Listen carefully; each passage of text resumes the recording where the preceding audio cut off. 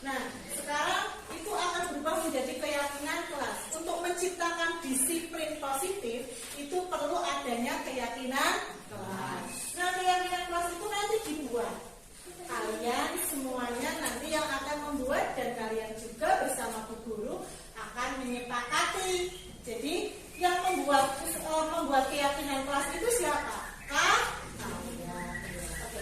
Sebelumnya kita biar semangat, kita tepuk semangat dulu ya. Oke. Tepuk semangat.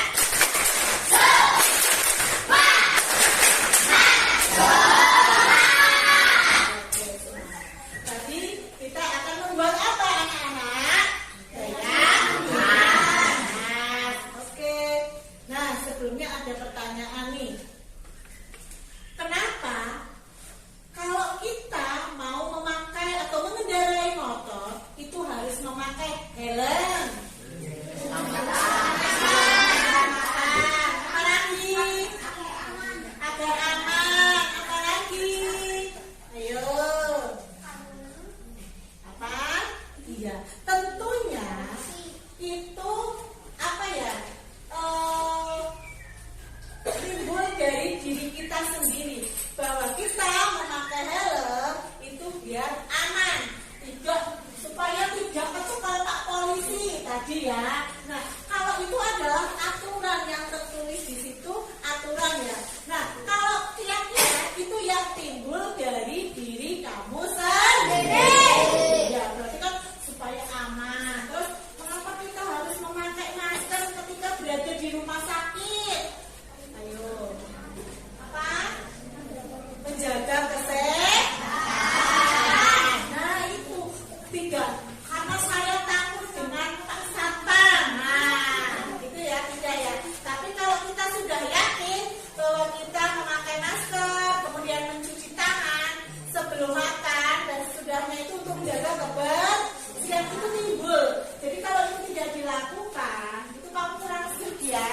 Nah, itulah makanya nanti di kelas 5 ini kalian akan membuat sebuah keyakinan kelas. Karena Bu Guru mau tanya, kelas 5 ini kepinginnya memimpikan kelas 5 yang seperti apa? Yuk, menciptakan kelas yang bagaimana? Apa? Nanti terus bagaimana? Bersih, terus nyaman, terus bagaimana? Apalagi tidak ada perkelahian. Nah, di sini nanti kita akan membuat keyakinan supaya apa? Kelas kita nanti akan tercipta apa sih impian-impian kita? Itu ya anak-anak ya. Nah, dari keyakinan itu nanti kalian bisa menempelkan di sini. Bu Guru sudah membagikan sticky note. Silahkan nanti kamu ditulis dulu. Kamu kepinginnya sekolah ini yang seperti apa? Setelah itu nanti kalian disepakati. Coba ditulis dulu keyakinan apa yang kamu tulis.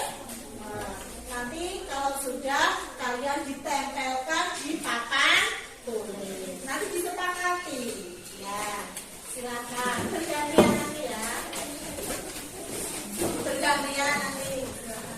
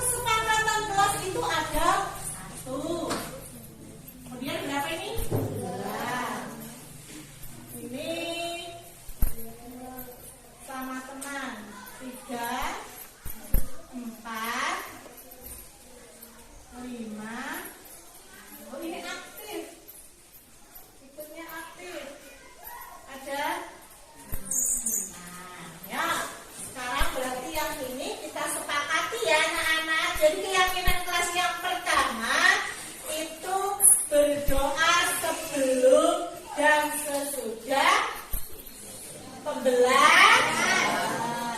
Kemudian yang kedua ada tepat waktu. Apa anak-anak?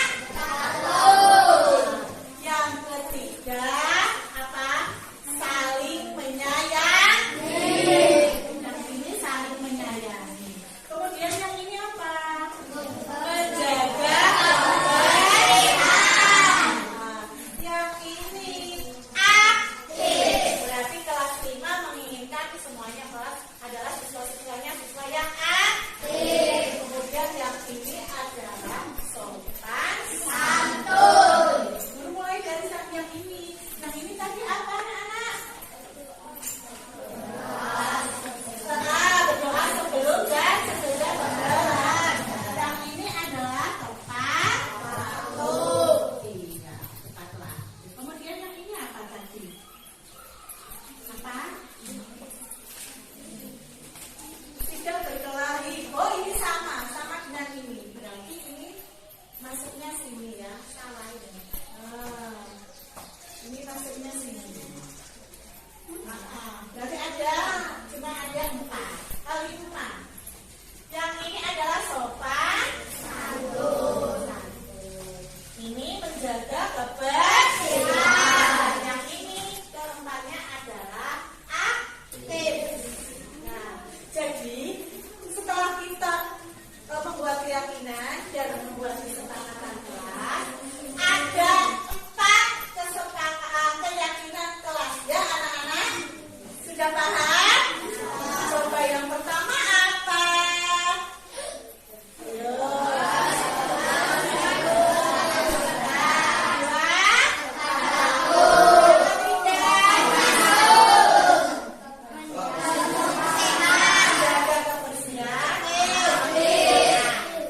Nah, setelah ini nanti adalah anak-anak membuat kesepakatan kelas, kemudian nanti bisa ditempel ya. Nah, itu berarti nanti guru akan membagikan ini, kemudian nanti anak-anak bisa menuliskan ya. Tadi kesepakatannya ada berapa anak-anak? Ada 5. Berarti nanti silakan anak-anak.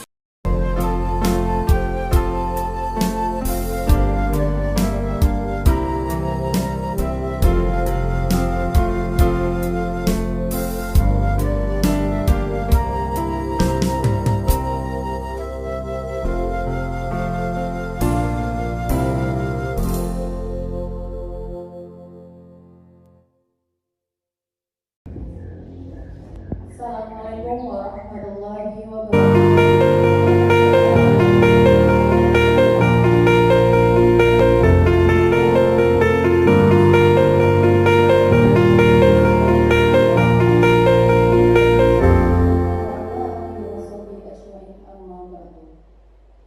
Yang saya hormati Ibu Kepala Sekolah SDN 1 Jatinegara, beliau Ibu Roro Jaitin SPDSD.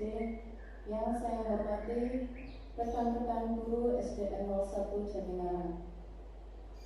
Pertama-tama marilah kita panjatkan puji syukur kehadirat Allah Subhanahu wa Ta'ala yang telah memberikan kita kesehatan, kenikmatan sehingga kita dapat berkumpul pada siang hari ini dalam acara diseminasi dari calon guru penggerak Ibu Anissa Mutia Astuti SPDSD. Semoga acara kita hari ini dapat berjalan dengan lancar.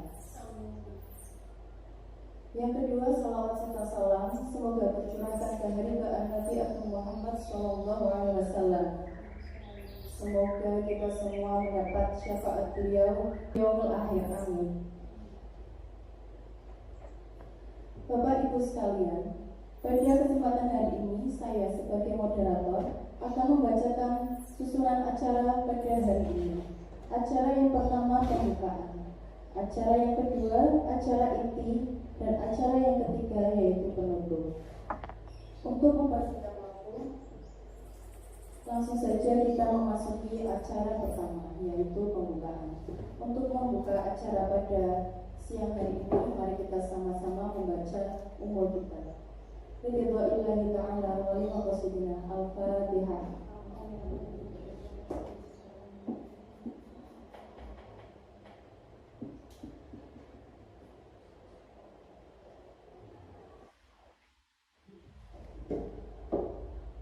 Terima kasih atas pembacaan umul kitab. Selanjutnya, yang pertama yaitu dari Ibu Kepala Sekolah kita, beliau Ibu Roro Cek. Kepadanya waktu dan tempat dipersilakan.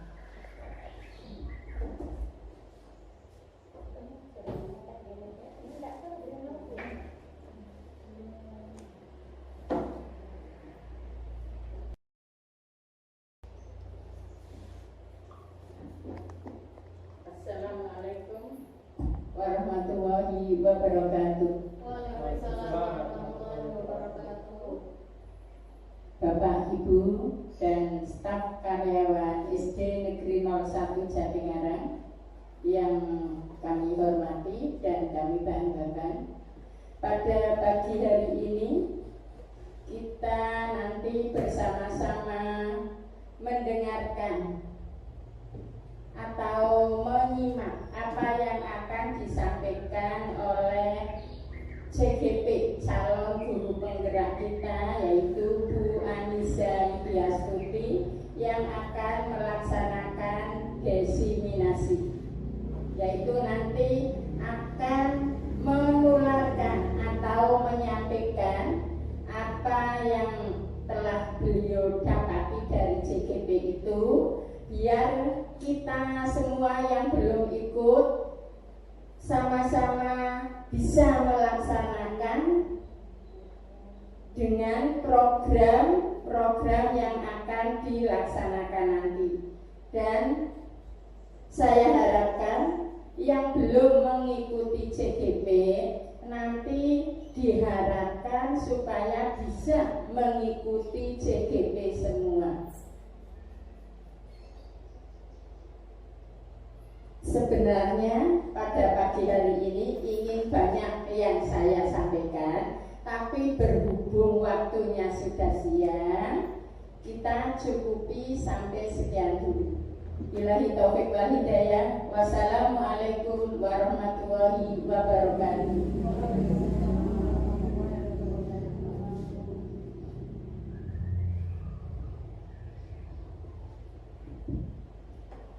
Terima kasih kepada Ibu Kepala Sekolah, Ibu Roro Cek SPD.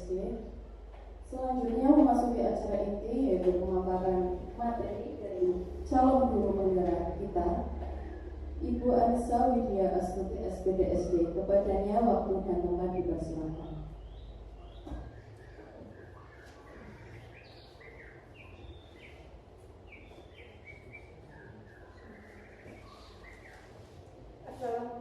Assalamualaikum warahmatullahi wabarakatuh. Yang terhormat Ibu Kepala SDN 01 Jatingarang, beliau Ibu Roro Cek SPD, rekan-rekan guru dan teman-teman staf yang saya hormati pula. Alhamdulillah, pada kesempatan hari ini sebelumnya saya mengucapkan terima kasih kepada teman-teman semua karena sudah meluangkan waktunya pada siang hari ini. Tidak lupa saya ucapkan pula kepada yang mengambil gambar, terutama dokumentasi. Terima kasih. Pertama-tama marilah kita panjatkan puji syukur kehadirat Allah yang Maha Kuasa yang telah memberikan kita semua kesehatan sehingga pada kesempatan siang ini kita semua bisa berkumpul di acara saya. Ini sebenarnya adalah tugas saya untuk salah satu syarat mengikuti calon guru penggerak dalam kegiatan aksi nyata. Sholawat dan salam saya haturkan kepada junjungan kita Nabi Muhammad yang kita nantikan syafaatnya di yaumil akhir. Saya ucapkan dulu selamat datang para guru hebat.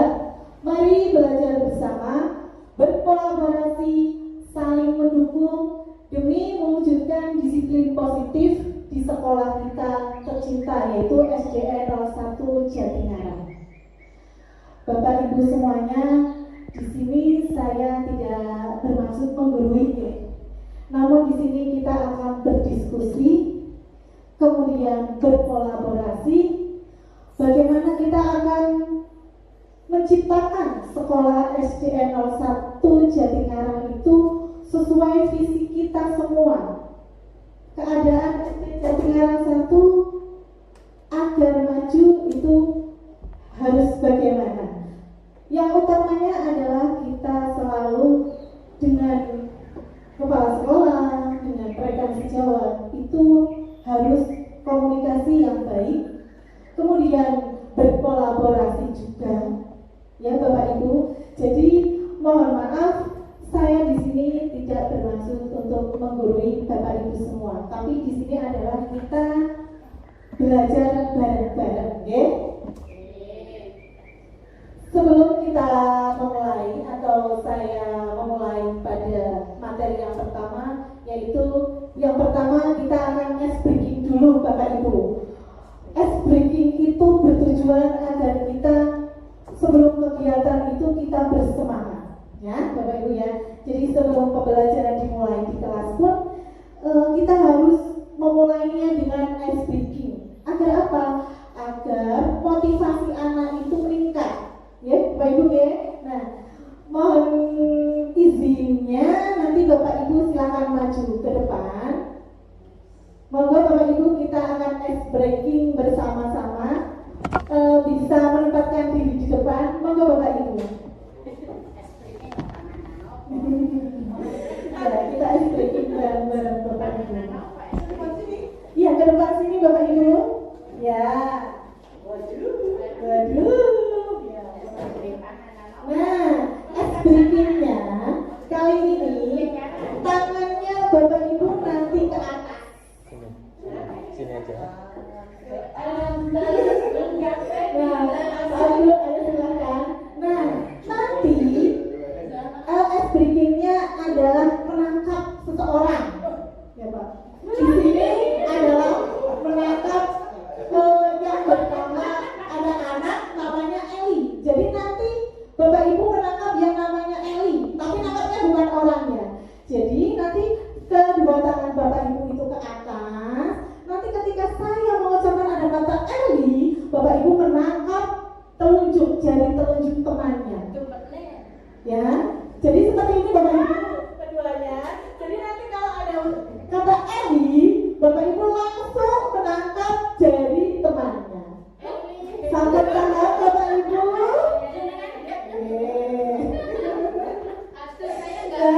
Sekarang dimulai ya Bapak Ibu.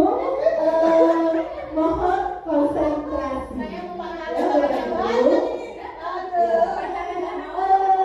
Didengarkan ya Bapak Ibu di sini. Konsentrasi. Konsentrasi ya dulu.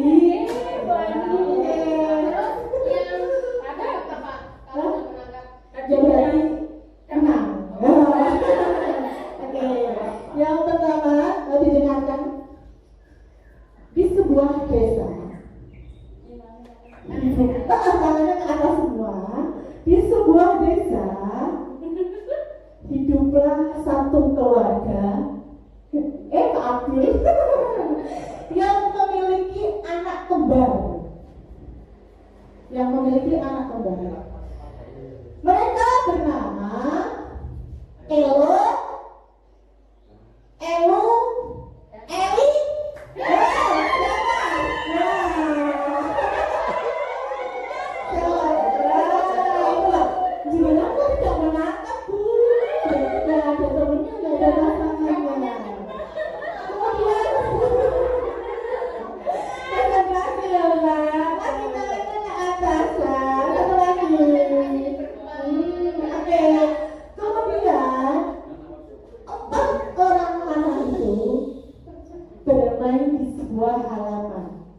Mereka berkejar-kejaran. Setelah itu ada sepeda. Jatuh.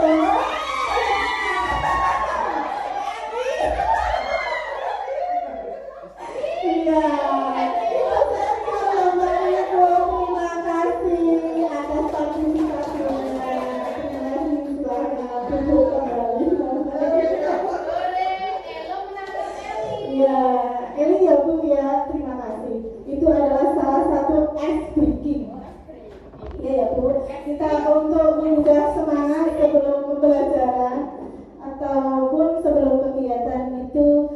kita baiknya menggunakan ice breaking. Ice breaking juga anak-anak bisa menciptakan sendiri di sekolah, di kelasnya masing-masing, Bapak Ibu.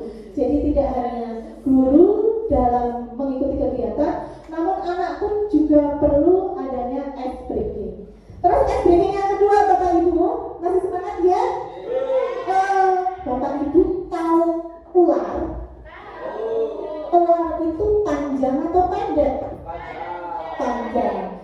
Nah, cacing itu panjang atau pendek? Pendek. Kita akan melakukan kebalikan, ya Bapak Ibu, kebalikan ya. Nah, dengan cara coba Bapak Ibu kebalikan. Berarti kalau saya bilang ular, cacing, gitu ya Bapak Ibu. Oke, cacing, cacing, ular, kebalikannya ya Bu. Ayo kembali lagi. Ular, cacing, kebalikan kalau panjang berarti tidak seperti ini. Nah sekarang ya itu tadi ucapan. Nah sekarang dengan gerakan, ya Bapak Ibu, dengan gerakan.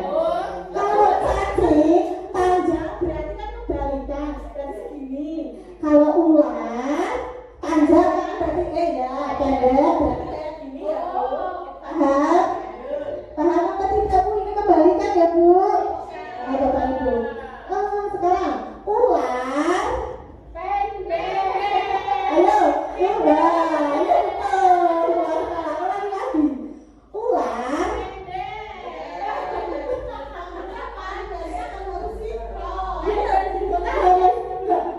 ya, ayo dipahami lagi Bu, konsentrasi bahwa ini kebalikan. Ular itu kan panjang, berarti kebalikannya panjang apa Bu? Pendek. Berarti kalau panjang seperti apa? Nah, kebalikannya pendek. Nah, kalau panjang ini kan kebalikannya Bu. Iya.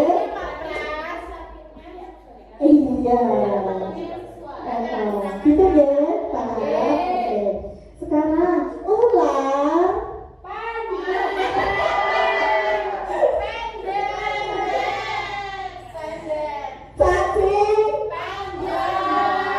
cacing ular. Nah, saya akan berkata seperti ini. Ini akan ada kaitan dengan materi Bapak Ibu.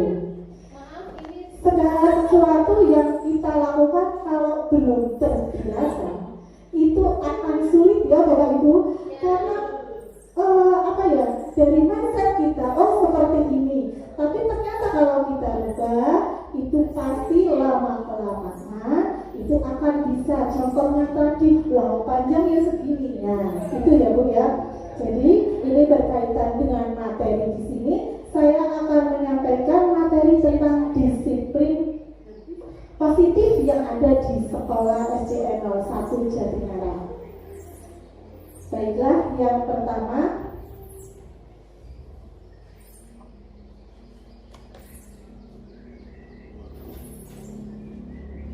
nah sekarang ada konsep inti budaya positif. Dari kalimat ini mungkin Bapak Ibu guru sudah mengetahui semuanya. Ada perubahan paradigma baru, disiplin positif, nilai-nilai kebajikan, kebutuhan dasar manusia, ada motivasi perilaku manusia, kemudian ada posisi kontrol dulu, keyakinan kelas, dan segitiga restitusi. Dari kalimat ini, kira-kira yang Bapak Ibu belum pernah mendengar kata apa Bapak Ibu? Reputasi. Iya, tentunya adalah segitiga restitusi. Saya sendiri pun belum mengenal, tetapi setelah saya mengikuti CGP, kemudian saya sudah mempelajari modul 1, saya menjadi tahu apa itu yang namanya segitiga restitusi yang nanti akan diterapkan di sekolah. Nah, sebelumnya ini ada yang pertama, ada perubahan paradigma baru. Pembelajaran dengan paradigma baru, Bapak Ibu. Sekarang kita sudah memasuki yang namanya kurikulum merdeka ya, Bapak Ibu. Nah, di sini ada pembelajaran dengan paradigma baru, yaitu pembelajaran yang dirancang berdasarkan prinsip pembelajaran berdiferensiasi sehingga peserta didik belajar sesuai dengan kebutuhan berdasarkan perkembangan sesuai teori psikologi modern untuk mewujudkan profil pelajar Pancasila. Bapak Ibu, anak itu tidak bisa dipaksakan. Kita lahir itu sesuai dengan zamannya. Maka pendidikan pun harus mengikuti, harus memperhatikan antara kodrat zaman dan kodrat alam dan kodrat zaman ya Bapak Ibu. Kenapa? Karena alam pun akan berbeda. Dulu sewaktu saya sekolah, anak-anak taat, anak-anak patuh. Sekarang kok tidak seperti itu ya Bu ya. Kemudian kodrat zaman. Dulu adanya belum ada HP, belum ada internet. Nah, sekarang sudah adanya perkembangan zaman, jadi semakin banyak pengetahuan-pengetahuan yang akan didapatkan oleh anak. Anak pun boleh belajar secara mandiri, Bapak Ibu. Jadi anak itu sebagai guru kita tidak boleh mengekang. Apa sih kemauan anak di dalam berbelajar? Dia mintanya metode pembelajaran yang seperti apa? Strategi pembelajaran yang seperti apa? Ini adalah pembelajaran yang berdiferensiasi karena setiap anak memiliki karakteristik yang berbeda-beda. Ya, jadi kita tidak bisa menyamakannya kalau anak ini belajarnya hanya lewat ceramah saja sudah jelas. Setiap anak itu akan berbeda.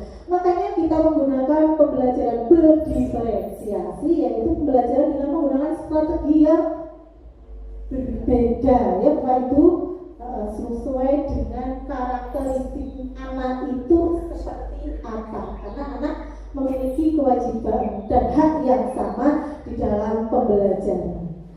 Kemudian pembelajaran ini kita tunjukkan sesuai dengan visi misi yang ada di sekolah, sesuai dengan profil pelajar Pancasila. Karena di sekolah kita sudah mengikuti kurikulum, sudah melaksanakan kurikulum merdeka kelas 1, 2, 4 dan 5, yang belum kelas 3 dan kelas 6. Ini harus mewujudkan profil pelajar Pancasila. Bapak Ibu pasti tahu ya, yang sudah melaksanakan kurikulum merdeka ada 6 elemen profil pelajar Pancasila. Yang pertama apa Bapak Ibu? Beriman dan bertakwa kepada Tuhan Yang Maha Esa dan berakhlak mulia. Kemudian yang kedua ada apa Bapak Ibu?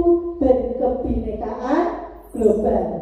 Ada mandiri, ada gotong royong, ada kreatif dan juga bernalar kritis.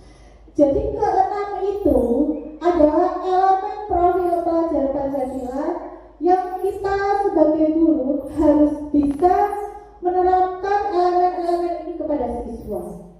Bagaimana siswa bisa mandiri, belajar mandiri. Kita di dalam kelas pembelajaran tidak hanya menggunakan metode ceramah saja, tidak hanya menggunakan Bapak Ibu proyektor, tetapi kadang-kala kita bisa menggunakan materi-materi lain disesuaikan dengan materi yang ada. Contohnya misalkan kita menggunakan metode apa ya, anak boleh membawa HP apa tidak Bapak Ibu? Boleh sebenarnya Bapak Ibu, karena kita itu sekarang pendidikannya sudah kan sesuai dengan kodrat alam dan kodrat zaman ya. Jadi anak boleh membawa HP. Tetapi di sini kalau anak dibiarkan membawa HP pun nanti kan ada dampak negatif dan ada dampak positifnya. Sehingga misalkan sebelum pembelajaran nanti HP bisa dikumpulkan ke Bapak Ibu. Ketika pembelajaran diberikan, apa yang kita butuhkan di situ, kemudian nanti HP itu bisa ditarik kembali, kemudian diberikan pas pulang sekolah ya Bapak Ibu, itu bisa digunakan agar anak itu apa, mandiri. Kita carikan apa ya, referensi yang ada di Google, yang ada di apa. Kemudian kita juga pembelajaran anak yang selalu berkelompok atau berkolaborasi dengan satu sama lain. Ini akan menciptakan apa? Menciptakan rasa percaya diri dari siswa. Itu dimulai dari kelompok kecil, tidak pede. Nah, itu kalau anak sendiri biasanya disuruh maju ke depan tidak pede, maka kita akan menggunakan dengan cara berkelompok atau kelompok kecil. Setelah itu dari kelompok itu akan mempresentasikan tugas-tugas yang telah diberikan. Nah, dari itu nanti anak maka lama-kelamaan itu anak akan terbiasa untuk menjadi mandiri, ya Bapak Ibu.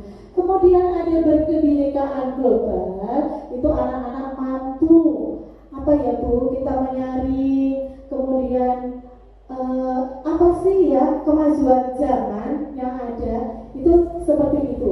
Kemudian ada kreatif. Nah, di dalam kreatif ini terutamanya ada pembelajaran atau kegiatan P5 ya Bapak Ibu. Nah, di sini nanti anak-anak akan diajarkan bagaimana sih menciptakan P5 itu, anak-anak bisa melaksanakan P5 itu. Nah, itu nanti tugasnya Bapak Ibu bisa berkolaborasi dengan ibu kepala sekolah, teman sejawat, kemudian murid, bahkan dengan orang tua siswa atau seluruh stakeholder yang ada di sekolah ya Bapak Ibu. Lanjut Bapak Ibu.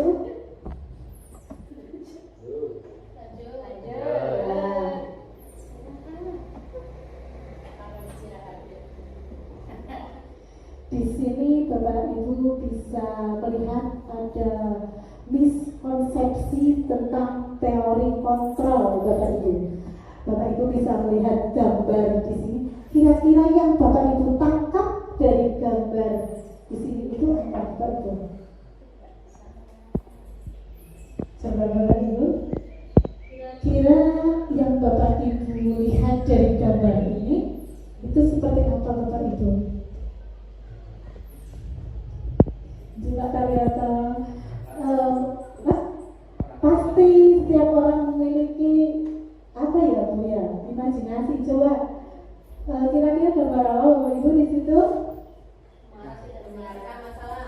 Ya Bu, begitu pintar ya. Kemudian apa lagi Bu? Bapak Ibu? Kira-kira ini Pak Guru sudah memberikan apa ya? Memberikan reward ya Bu ya, iya betul ya Bu. Di sini ada miskonsepsi tentang teori kontrol, bahwa guru itu mengontrol murid.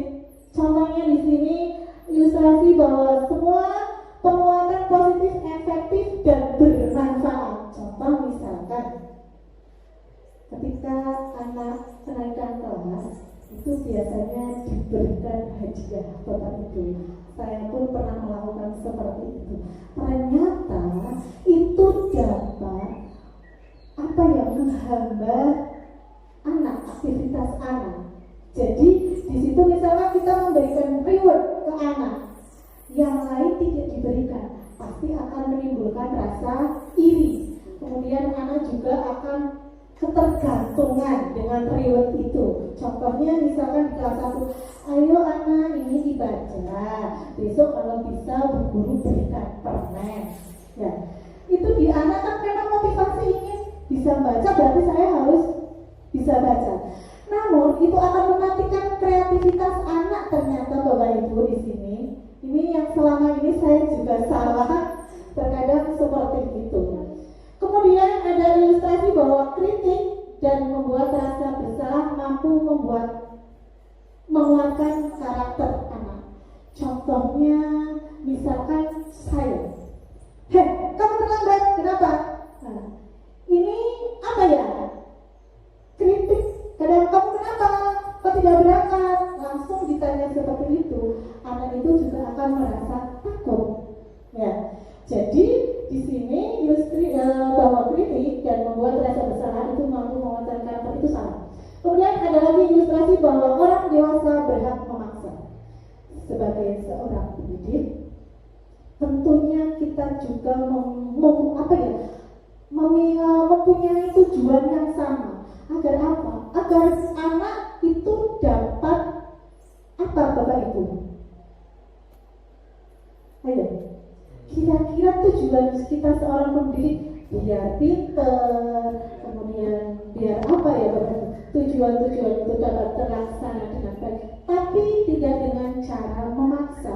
Terkadang kalau kita memaksa, anak justru berusaha berbohong ya Bapak Ibu. Ternyata misalkan kamu terlambat kenapa? Aku udah takut nih kalau saya jawabannya yang sesuai, kalau saya itu bangunnya pagi gitu ya.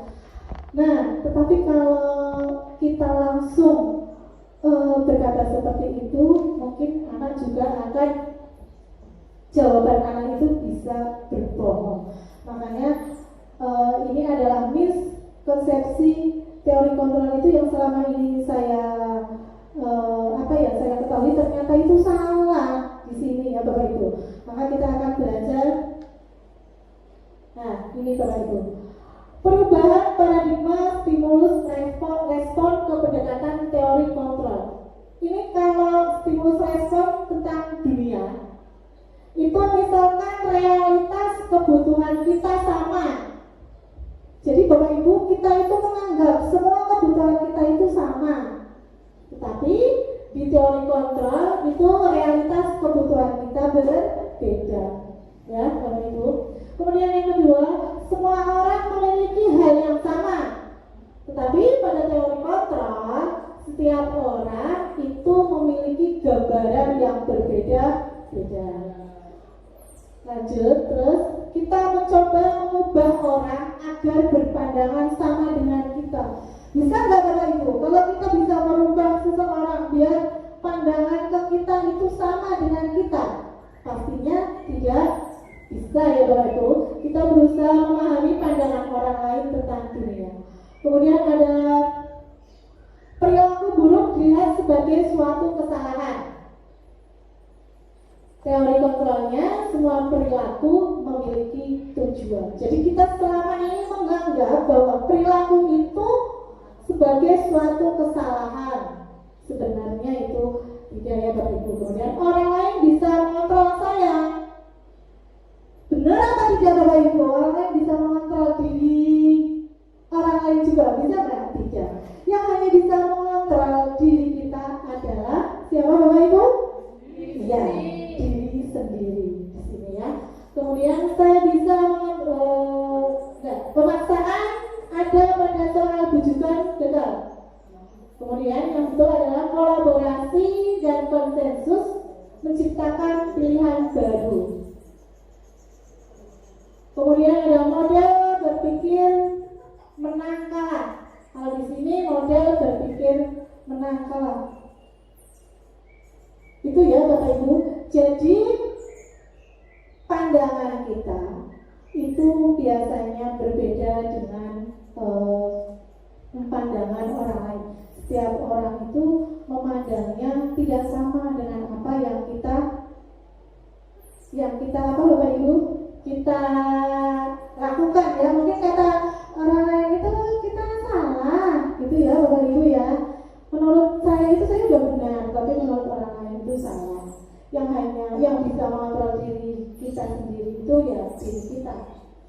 Lanjut ya Bapak Ibu. Nah, sekarang ada disiplin positif, Bapak Ibu. Mungkin Bapak Ibu sudah tahu apa itu sih yang berkaitan dengan disiplin. Kata disiplin mungkin Bapak Ibu sudah mengetahui disiplin itu apa, Bapak Ibu?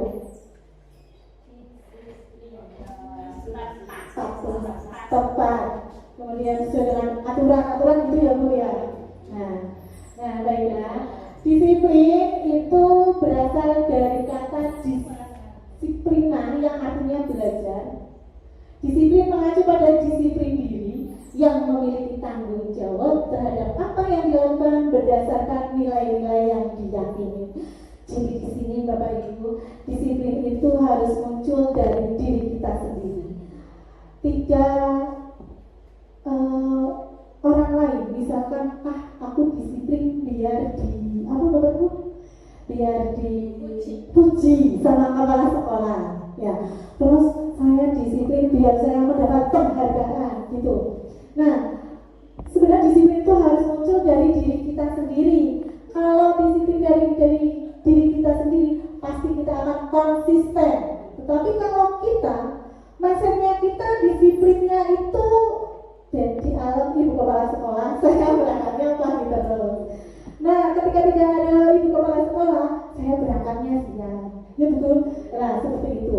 Itu yang datang ekstrinsik. Ya.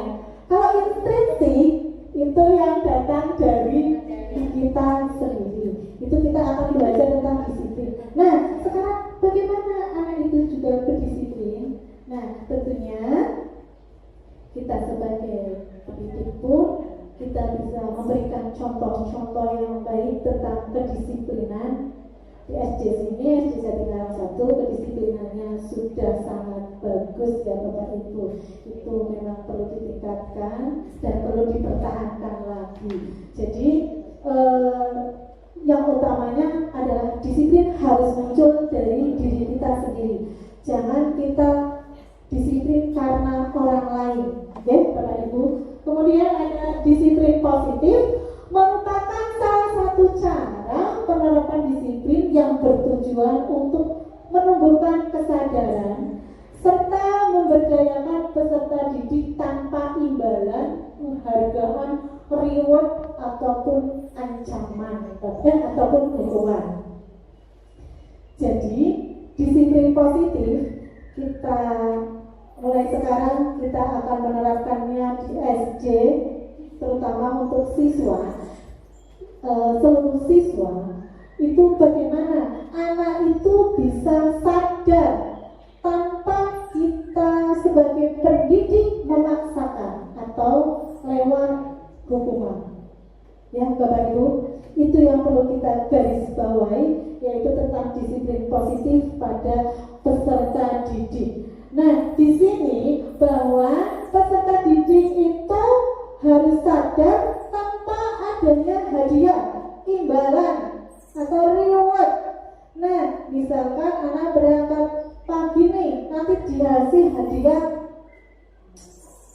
dikasih hadiah pensil ya Bu, dikasih hadiah buku. Nah, tapi itu tidak akan bertahan lama Bapak Ibu. Itu akan ketergantungan. Aku nek orang SPI aku mau berangkat kasih. Tetapi kalau saya dikasih hadiah berarti saya akan berangkat lebih awal. Itu seperti itu ya Bapak Ibu. Jadi bagaimana caranya kita mendisiplinkan siswa, tapi dengan cara kesadaran dari dalam dirinya. Kita tidak menggunakan ancaman ataupun hukuman. Nah, nanti kita itu kontrol guru itu nanti kita di posisi mana Bapak Ibu? Kalau nanti ada materi tentang posisi kontrol guru ya. Kemudian sebagai pendidik, tujuan kita adalah menciptakan peserta didik yang memiliki disiplin diri, sehingga mereka berperilaku mengacu kepada nilai-nilai kebajikan universal dan memiliki motivasi intrinsik dalam perubahan perilaku ke arah yang lebih baik. Jadi di sini yang lebih penting adalah motivasi intrinsik yang datang dari diri sendiri. siswa pun biar muncul disiplin diri yang datang dari motivasi intrinsik itu.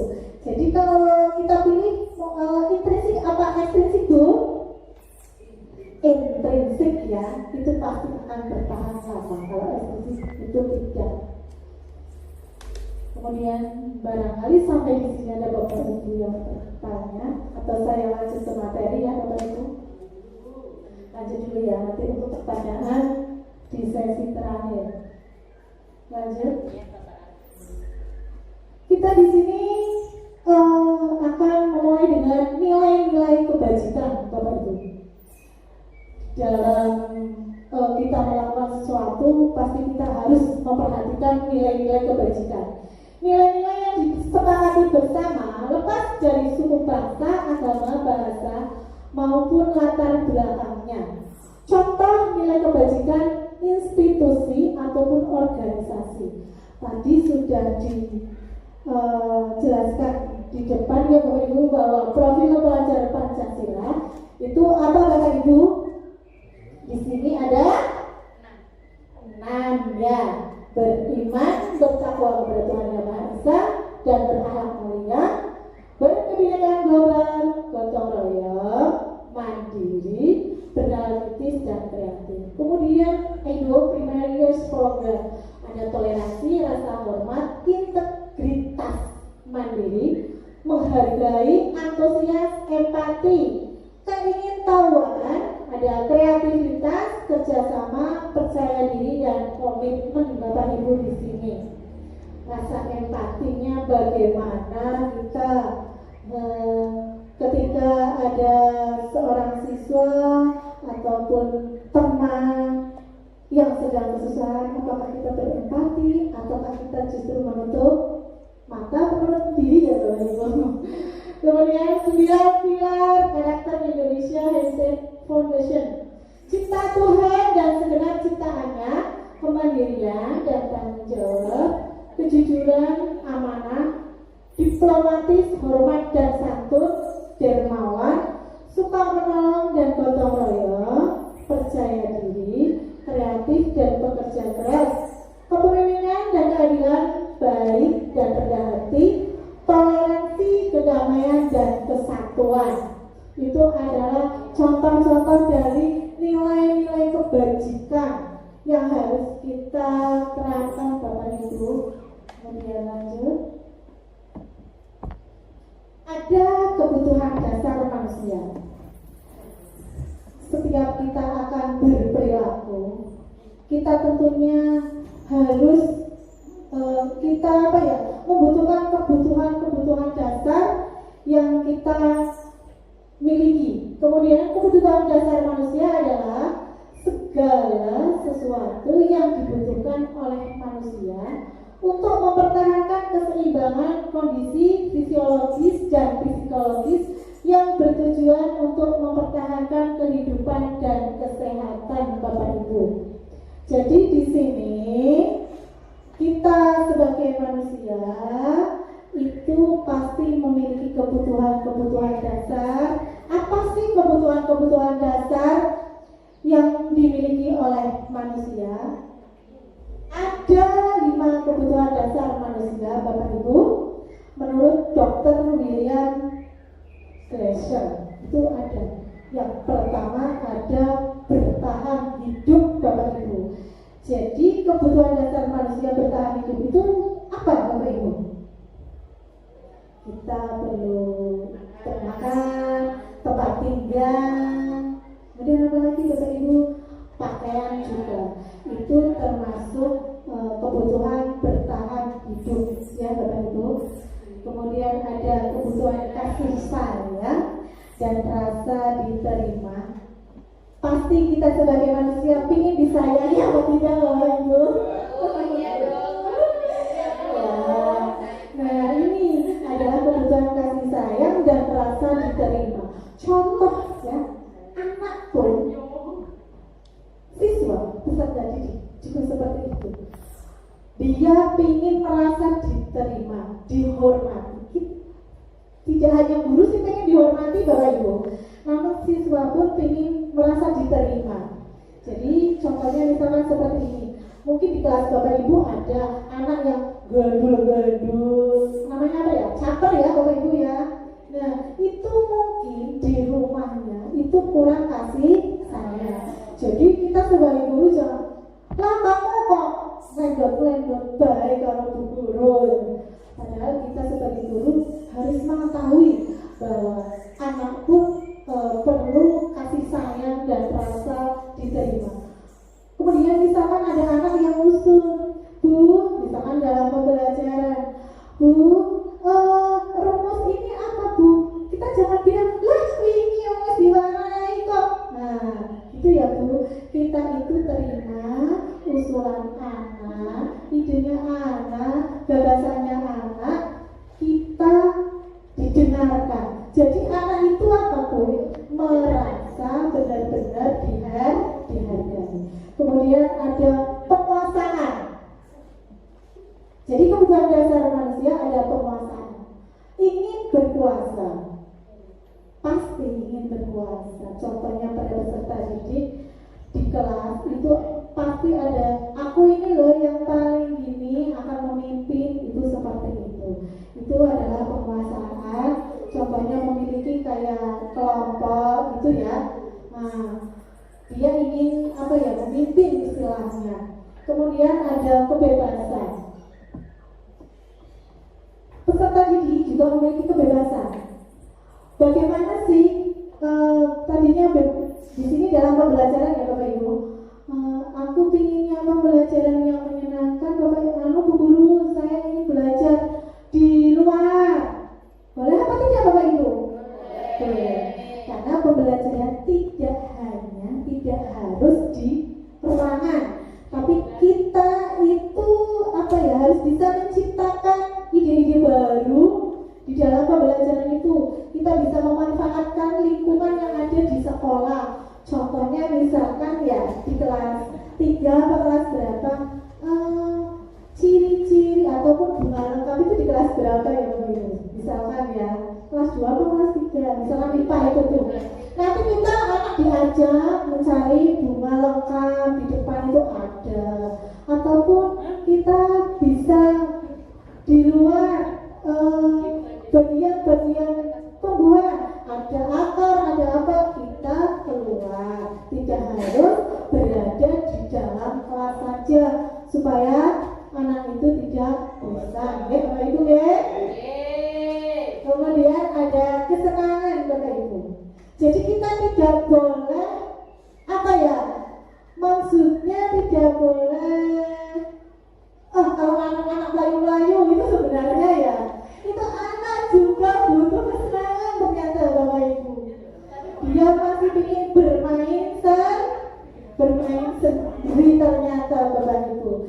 Tapi kita juga bisa apa ya Bapak Ibu, ya kesenangannya misalkan di sini anak-anak sukanya bermain bola.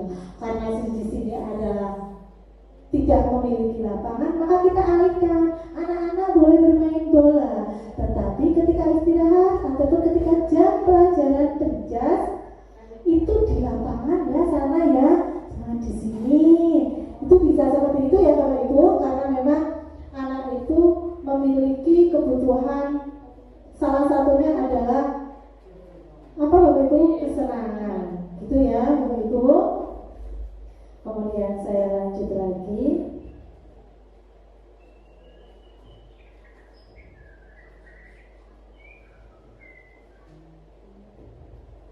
Motivasi perilaku manusia.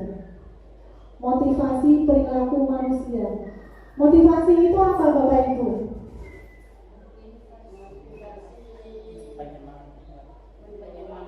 Penyemangat, dukungan. Ya, betul Bapak Ibu. Nah, kita sebagai guru butuh motivasi apa tidak Bapak Ibu? Oh, betul sekali. Dari siapa Bapak Ibu?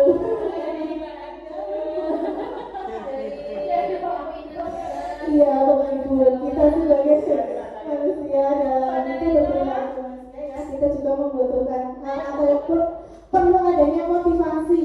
Kita perlu dukungan dari ibu kepala sekolah, dari teman sejawat, kemudian warga sekitar, anak-anak juga ya Bapak Ibu.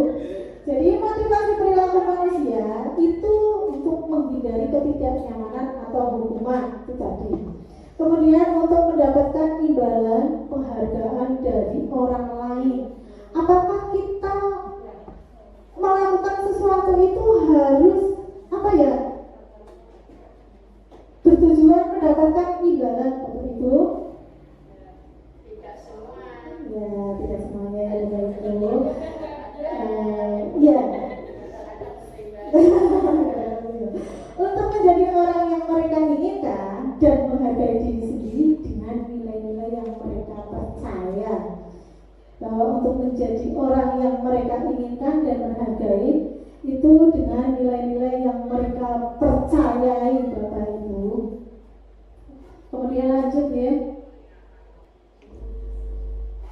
Konsep disiplin dengan identitas gagal.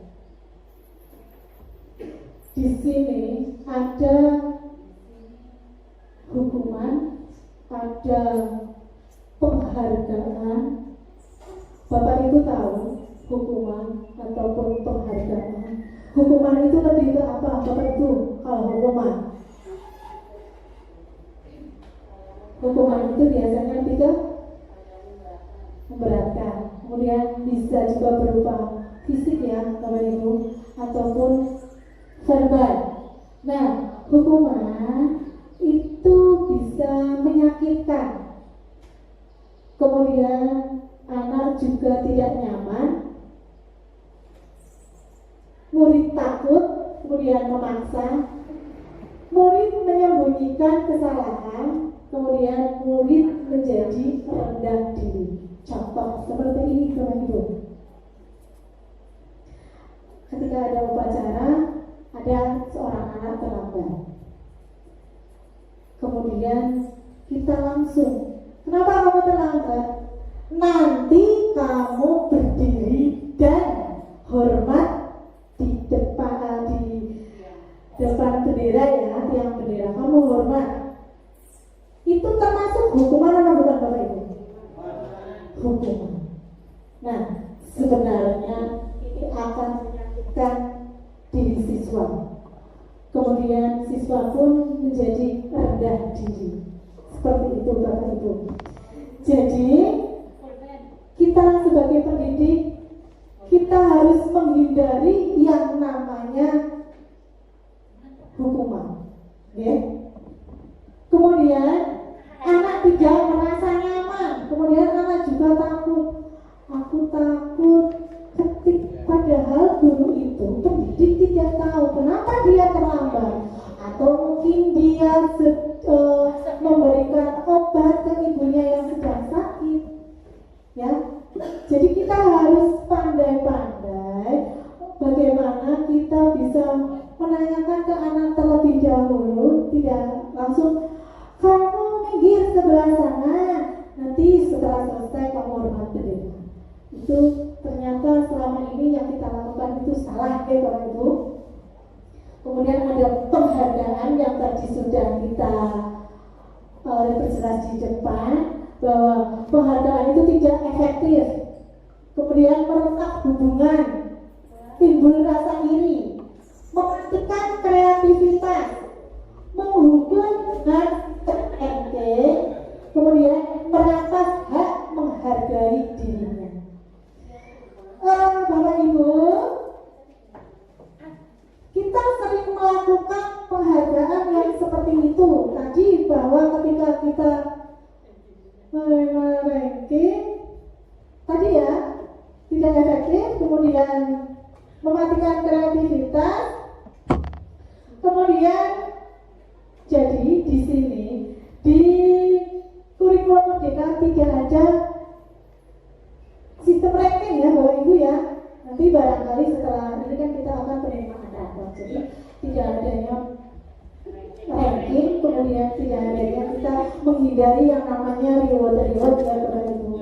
Lanjut.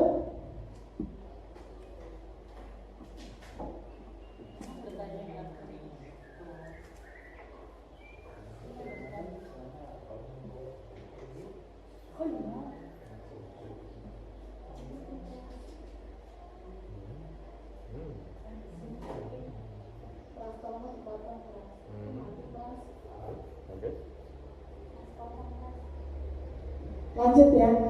Konsep disiplin dengan identitas. Kemudian di sini ada untuk identitas sukses, konsekuensi dan restitusi, Bapak Ibu. Ada penguatan jangka pendek. Konsekuensi itu misalkan kalau anak tidak mengerjakan PR, besok anak akan mengerjakan lagi. Itu kan kalau konsekuensi anak sudah tahu ya Bapak Ibu. Misalkan tidak memakai topi, nanti anak-anak besok selama dua kali pertemuan tidak memakai topi, nanti anak-anak menghafal misalkan undang-undang, salah satu itu dalam konsekuensi seperti itu ya. Nah, ini penguatannya jangka pendek Bapak Ibu. Kemudian perlu monitoring berkelanjutan, stimulus. Kemudian murid menghormati peraturan. Ada kehilangan waktu untuk merenungi kesalahan. Nah, sekarang ke restitusi. Tadi yang Bapak Ibu, apa sih itu restitusi ya? Nah, di sini. Restitusi itu adalah pendekatan bagaimana cara kita memecahkan masalah tanpa hukuman. Kita mengetahui nanti ada apa ya, 3 tahapan segitiga restitusi. Murid bertanggung jawab untuk perilakunya, fokus pada pemecahan masalah jangka panjang. Murid menghormati dirinya dengan orang lain. Teori kontrol dirinya itu memegang kontrol, bahwa yang memegang kontrol adalah dirinya sendiri.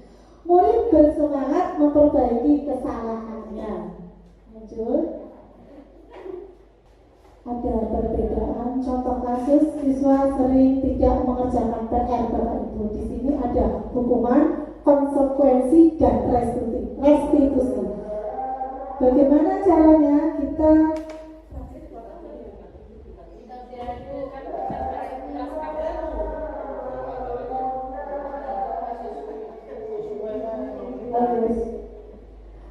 hukuman itu guru menghukum siswa tersebut dengan hormat bendera selama 10 menit.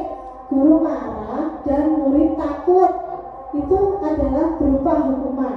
Kemudian konsekuensi, guru memberikan konsekuensi untuk mengerjakan PR-nya saat istirahat atau dikerjakan sebanyak 3 kali lipat.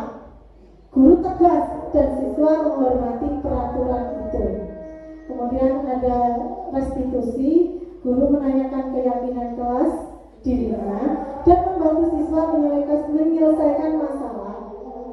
Guru terbuka dan siswa menghormati dirinya dan orang lain. Itu perbedaannya seperti itu. Jadi di restitusi kita itu menanyakan keyakinan kelasnya bagaimana. Kita menyelesaikan masalah dengan cara mengetahui solusinya. Jadi tidak, sebagai guru kita tidak harus langsung menghukumnya. 5 posisi kontrol restitusi Bapak Ibu, di sini yang terpenting 5 posisi kontrol restitusi. Sebagai guru, coba direnungkan, kita itu sudah berada di posisi mana Bapak Ibu? 1, penghukum. Yang kedua ada pembuat rasa bersalah. Yang ketiga teman, ada pemantau dan ada manajer.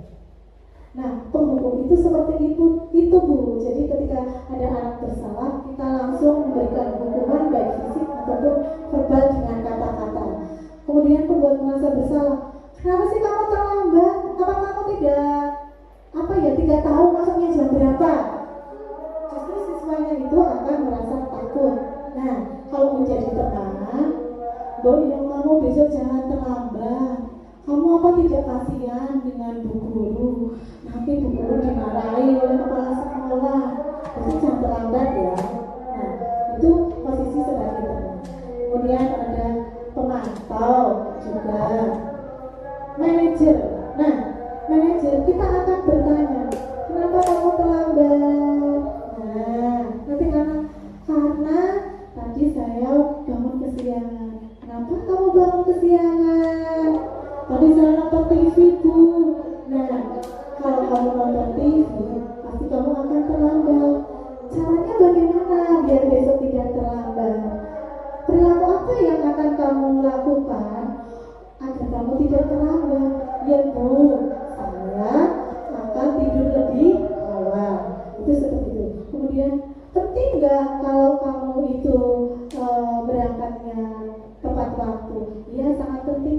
karena saya sudah melakukan keyakinan yang berupa disiplin. Disiplin penting gak? Penting Bu Guru. Kamu akan melakukan apa supaya kedepannya saya harus lebih bisa membagi waktu seperti itu ya Bapak Ibu. Jadi kita sendiri kita merefleksikan diri, sudah di posisi kontrol manakah kita sebagai guru, ataukah di pembentuk, pembuat rasa bersalah, teman, pemantau, atau yang paling tingkatannya tinggi adalah sebagai manajer. Mudah-mudahan setelah nanti Bapak Ibu sudah mengetahui 5 posisi kontrol guru ini, kita semuanya bisa menerapkan di posisi manajer ya Bapak Ibu. Jadi ketika ada anak yang memiliki kasus apapun, kita tidak langsung menghukumnya, tapi kita memposisikan diri sebagai manajer.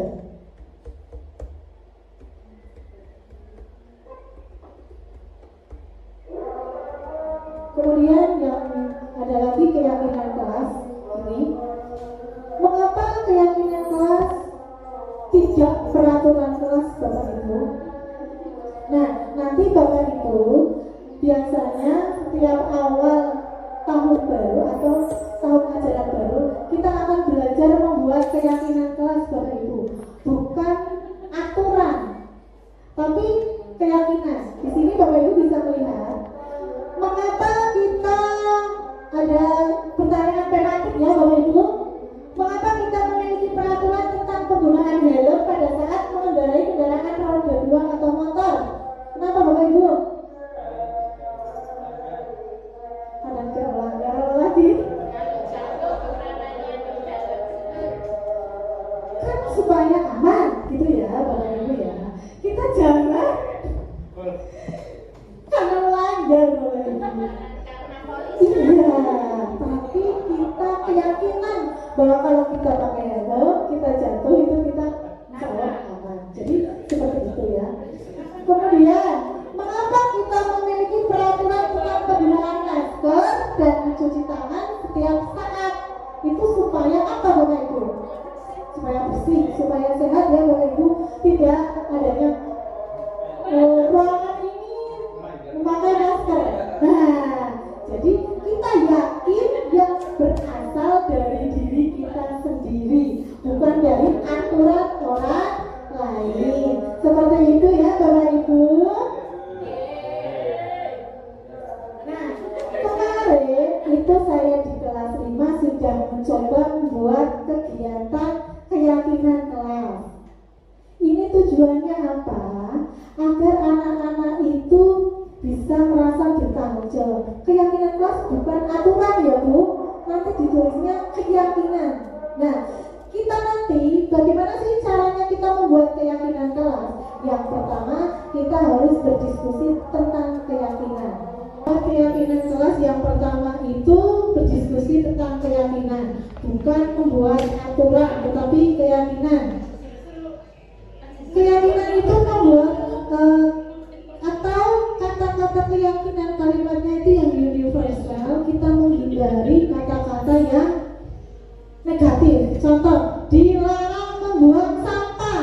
Nah, itu diganti jadi jagalah kebersihan.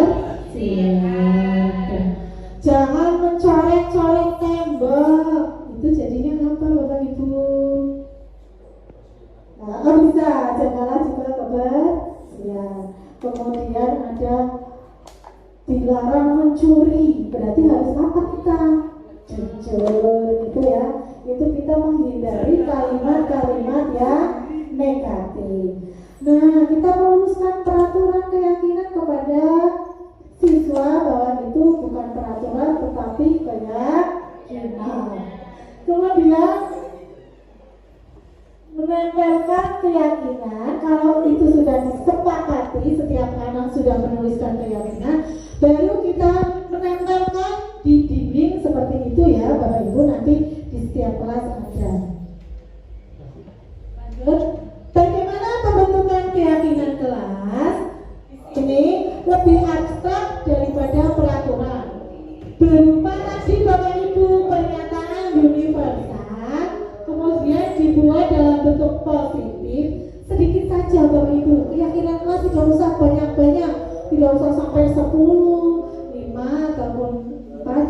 cukup supaya anak itu mengingat, bersedia meninjau kembali keyakinan kelas dari waktu ke waktu. Jadi bisa ditambahkan lagi kalau anak sudah benar-benar mematuhi keyakinan itu. Semua warga kelas sebenarnya ikut berkontribusi dalam pembuatan keyakinan kelas. Jadi nanti kalau kita membuat keyakinan kelas, itu anak-anak pun kita libatkan seperti itu. Jadi dia akan merasa lebih bertanggung jawab. Oh iya, di keyakinan kelas saya berangkatnya berarti tepat waktu, kan tidak dilarang, tidak apa ya, atau dilarang berangkat siang atau seperti itu ya. Kita menghindari kata-kata seperti itu, tapi tepat waktu, kemudian jujur, empati, itu seperti itu. Cari pernyataan yang universal, itu seperti itu Bapak Ibu.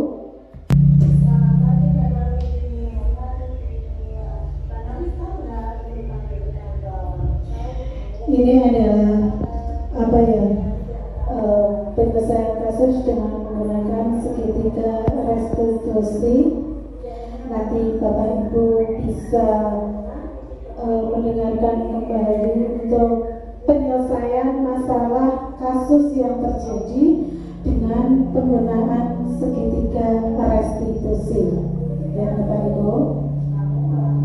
Bapak Ibu tadi sudah memperhatikan atau mendengarkan video tentang penyelesaian masalah menggunakan segitiga restitusi. Di sini restitusi adalah proses menciptakan kondisi bagi murid untuk memperbaiki kesalahan mereka sehingga mereka bisa kembali pada kelompok mereka dengan karakter yang kuat. Itu menurut Gosen Bapak Ibu. Jadi proses menciptakan kondisi murid itu untuk memperbaiki kesalahan tanpa kita harus menyalahkan anak. Tapi kita bagaimana sih solusinya untuk bisa memperbaiki kesalahannya. Kemudian melalui pendekatan restitusi, ketika murid berbuat salah, guru akan menanggapi dengan mengajak murid berefleksi tentang apa yang dapat mereka lakukan untuk memperbaiki kesalahan mereka sehingga mereka menjadi pribadi yang lebih baik dan menghargai dirinya. Jadi seperti itu Bapak Ibu. Di sekolah kita menyelesaikan masalah itu, kita tidak harus menghukum anak, tapi kita menggunakan pendekatan restitusi. Nah ini Bapak Ibu, segitiga restitusi itu memiliki 3 tahapan. Yang pertama adalah menstabilkan identitas. Kita semua akan melakukan hal yang terbaik yang bisa kita lakukan. Kemudian ada validasi tindakan yang salah. Semua perilaku memiliki alasan. Ya kan tadi seperti pada kasus tadi, anak yang terlambat pasti mereka ditanya memiliki alasan terlebih dahulu. Kenapa kamu berangkatnya terlambat? Itu ya Bapak Ibu ya. Jangan langsung kita menyalahkan. Kemudian menanyakan keyakinan. Kita semua memiliki motivasi internal Bapak Ibu. Jadi kita menanyakan keyakinan kepada anak sehingga anak akan menjawab pertanyaan-pertanyaan guru itu dengan jujur, dengan tidak memiliki rasa takut, dan dia itu akan lebih termotivasi. Kemudian dia juga akan memperbaiki apa yang tadi pernah dia lakukan. Kedepannya itu siswa akan lebih memperbaiki apa yang salah. Solusi-solusinya nanti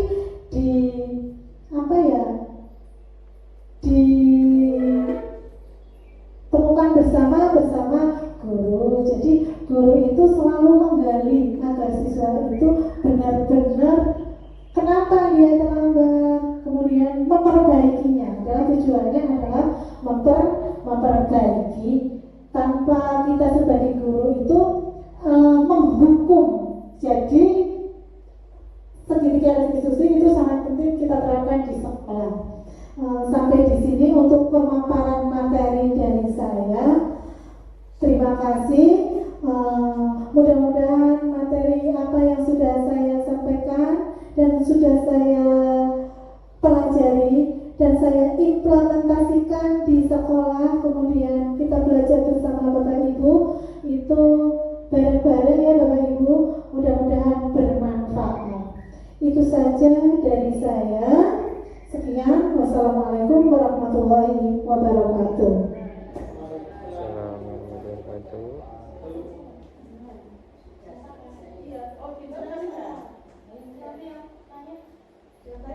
Saya bisa. Iya, saya bisa.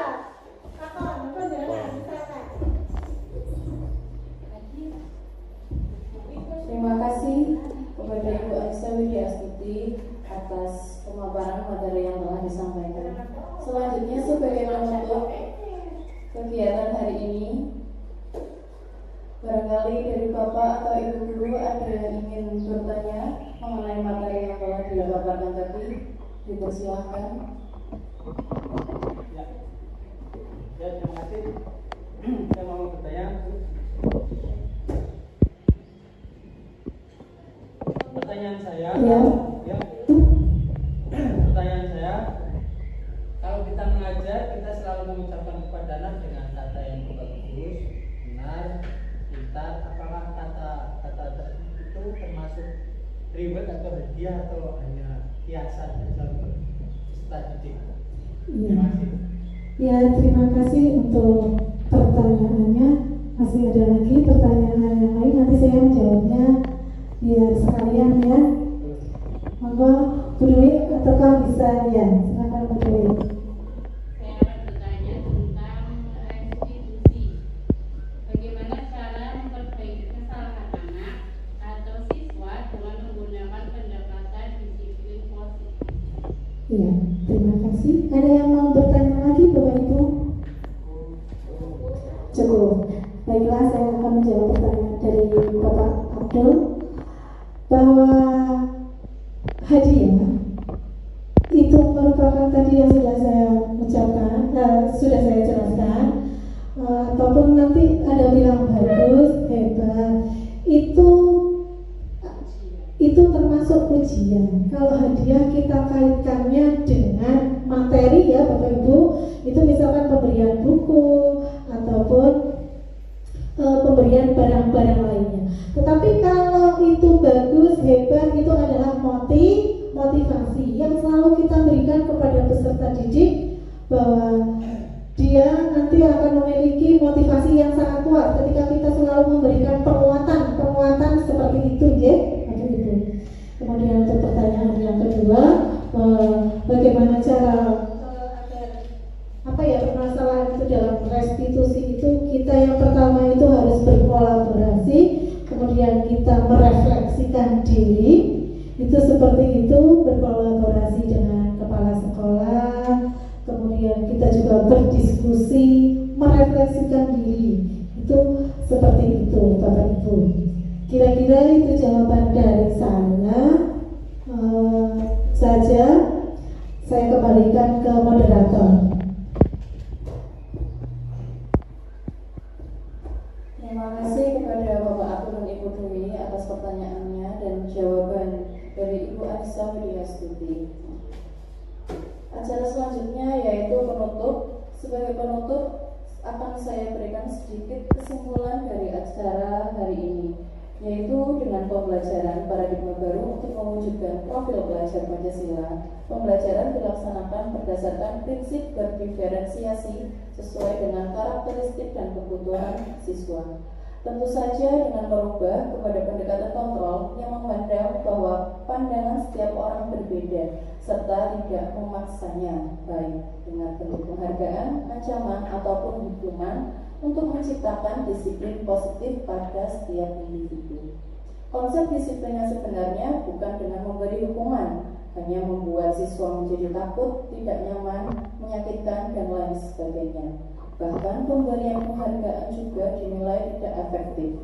Sebaiknya menggantinya dengan menyepakati konsekuensi dan restitusi, yakni menyelesaikan masalah dengan solusi tanpa hukuman. Terima kasih atas waktu Bapak Ibu sekalian. Pada kesempatan sore ini saya tutup kegiatan hari ini dengan bacaan Alhamdulillah.